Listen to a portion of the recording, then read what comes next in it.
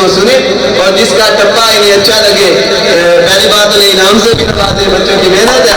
और इसके बाद जो है बच्चों की भी बड़ी मेहनत है। तो उससे पहले मैं क्लास फर्स्ट ईयर के अताउर रहमान को स्टेज पर बुलाता हूँ। तो चंद कोटेशनों पर मबनी एक ऐसी बातें जो इंसान की रोजमर्रा जिंदगी के अंदर काम आती है। और ये लड़का आपके कॉलेज का इंशाअल्लाह नाम रोशन करेगा, क्योंकि इसके अंदर वो बात है जो मुकर्रर के अंदर एक बात होती है, इसके पास वो लबो लहजा मौजूद है।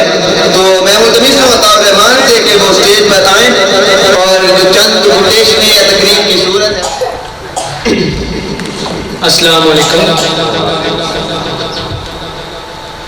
मैं अभी बाइक पे आया तो जिस रास्ते से गुजरा और मैंने एक जगह देखी जहाँ पर बहुत सारे लोग थे जिनको कोई दुख नहीं था, कोई तकलीफ नहीं थी, सब लेटे हुए थे, किसी को कोई दुख नहीं था या तकलीफ नहीं थी। वो एक्चुअली कब्रिस्तान था। To don't have any problems. और आप भी चाहते हैं कि आपकी दुख और आपकी तकलीफ दूर हो जाए। My dear friend, problems are of the side of the life.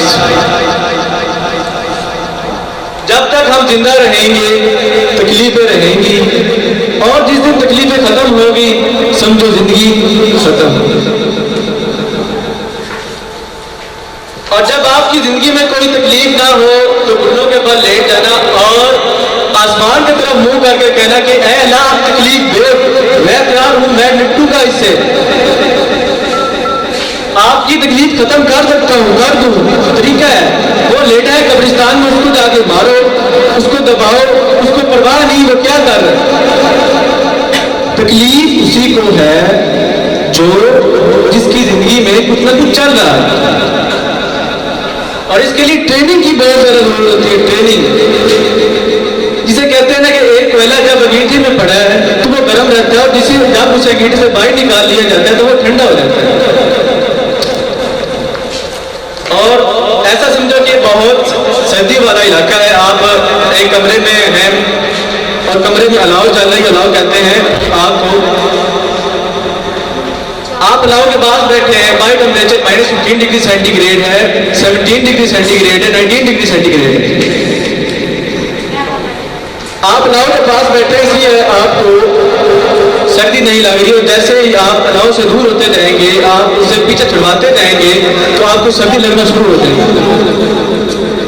बाहर जितना भी टेम्परेचर क्यों ना हो, अगर आप आग के पास बैठे हैं तो बाहर का टेम्परेचर आपका बाहर भी बाका नहीं कर सकता। क्या मैं ठीक हूँ? तो ये अलाउ ही है, ये ट्रेनिंग। इसमें रहेंगे, बाहर का टेम्परेचर कुछ भी हो, तकलीफ कुछ भी हो, आपका कुछ नहीं बिगाड़ सकती। और इसके लिए बाइट के फ्रेंड्स और बाइट के टीचर प्रैक्टिस की जरूरत होती है। प्रैक्टिस क्या होती है? एक काम को बार बार करना, और वो काम उस वक्त तक करना जब तक कि वो बार बार आने ना लग जाए। प्रैक्टिस का बहुत बड़ा खेल है। प्रैक्टिस से बड़े बड़े पहाड़ हिल गए हैं। मैं उस दिन स्टोरी सुना रहा था किसी दोस्त को, पाब्लो पिकासो की। पाब्लो पिकासो एक अच्छे पेंटर थे, एमएफ हुसैन से भी ज्यादा अच्छे पेंटर थे। तो पाब्लो पिकासो न्यूयॉर्क की एक स्ट्रीट में चल रहे थे, तो एक लेडी उनसे आके टकरा गई और उसने पहचान लिया, you are the Pablo Picasso. तो भागी भागी एक पेन लेकर आई, एक पेन लेकर आई। तो उसने कहा sir can you draw something here for me. तो पाब्लो पिकासो ने कहा यस। उसने वो पेन लिया, वो पेन लिया, उसने इन 30 सेकंड्स में उसने वो स्केच ड्रा करके उसे दे दिया। तो उसने वो बोला this is for you, this painting cost 50 lakh rupees, this painting worth 50 lakh rupees.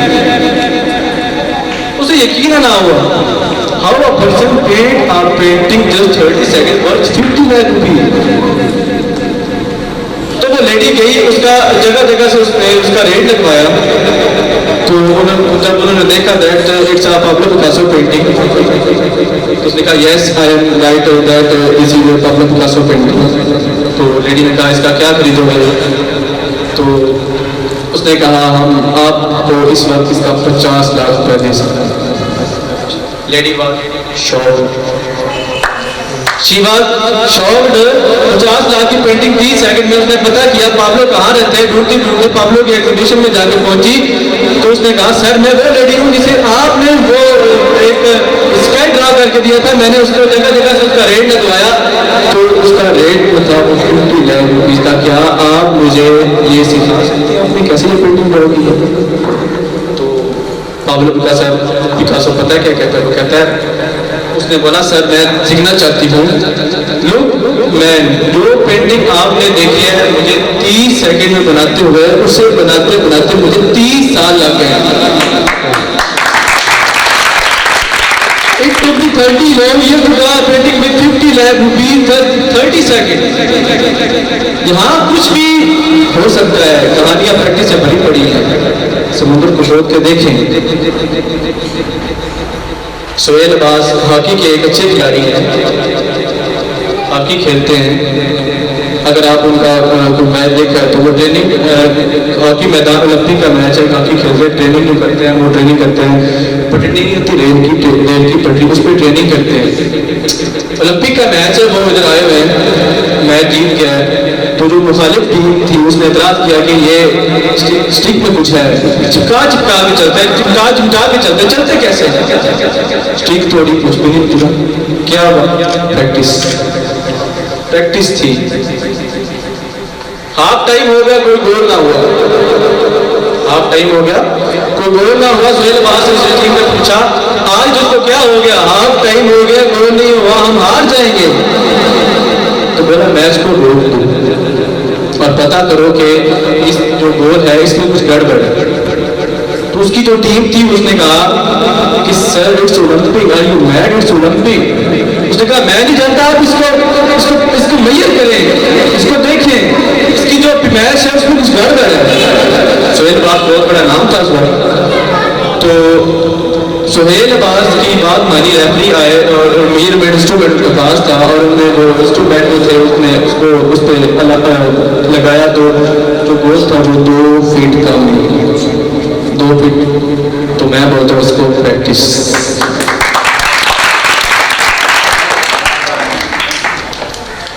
तो मैं बोलता हूँ इसको प्रैक्टिस।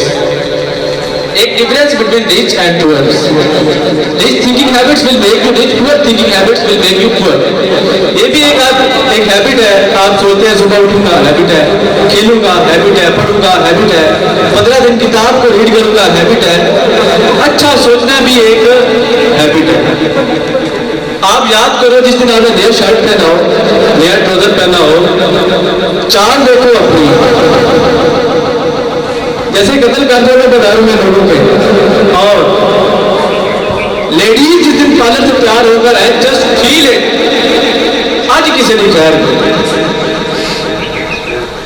कभी भी जिंदगी में अगर बाल कटवाने हैं तो नाई के पास जाओ, जितना मांगो उससे 100 फालतू, 100 पहली दफा जाओगे 100 फालतू दोगे, दूसरी दफा जाओगे 100 फालतू दोगे, तीसरी दफा जब आप जाओगे 100 फालतू देने से पहले जब आप इंटर होगे, चाहे कितना अमीर बैठा होगा, उसके बाल काट रहे होगा, वो जाएगा सर आप आए, सर आप आए, पहले सर आप आए।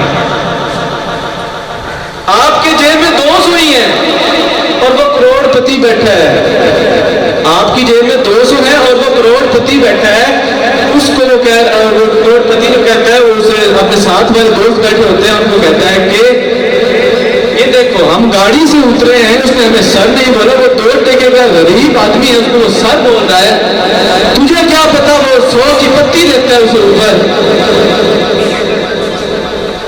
तो हमारी फिलॉसफी ये है कि हम अगर बाल कटवाने जाते हैं, वो हमसे 100 लेता है, हम कहते हैं यार 50 ले ले, कल आए हैं, रोजाना आना है हमने, वो 50 बचा के आप अपना गुर्बत बन जाए तब तो। इसी तरह मेरे साथ एक वाकया हुआ था। मैं जनाब उस वक्त 10th क्लास में पढ़ता था। हमारे पीटी साहब ने बहुत सख्ती की हुई थी, तो शूज पॉलिश करवाने थे। कोई बच्चा क्लास में शूज पॉलिश करवाने करके नहीं आता था, तो एक दफा शूज पॉलिश कराने के लिए मैं गया, तो जिसने शूज पॉलिश करने थे वो शूज पॉलिश कर रहा था।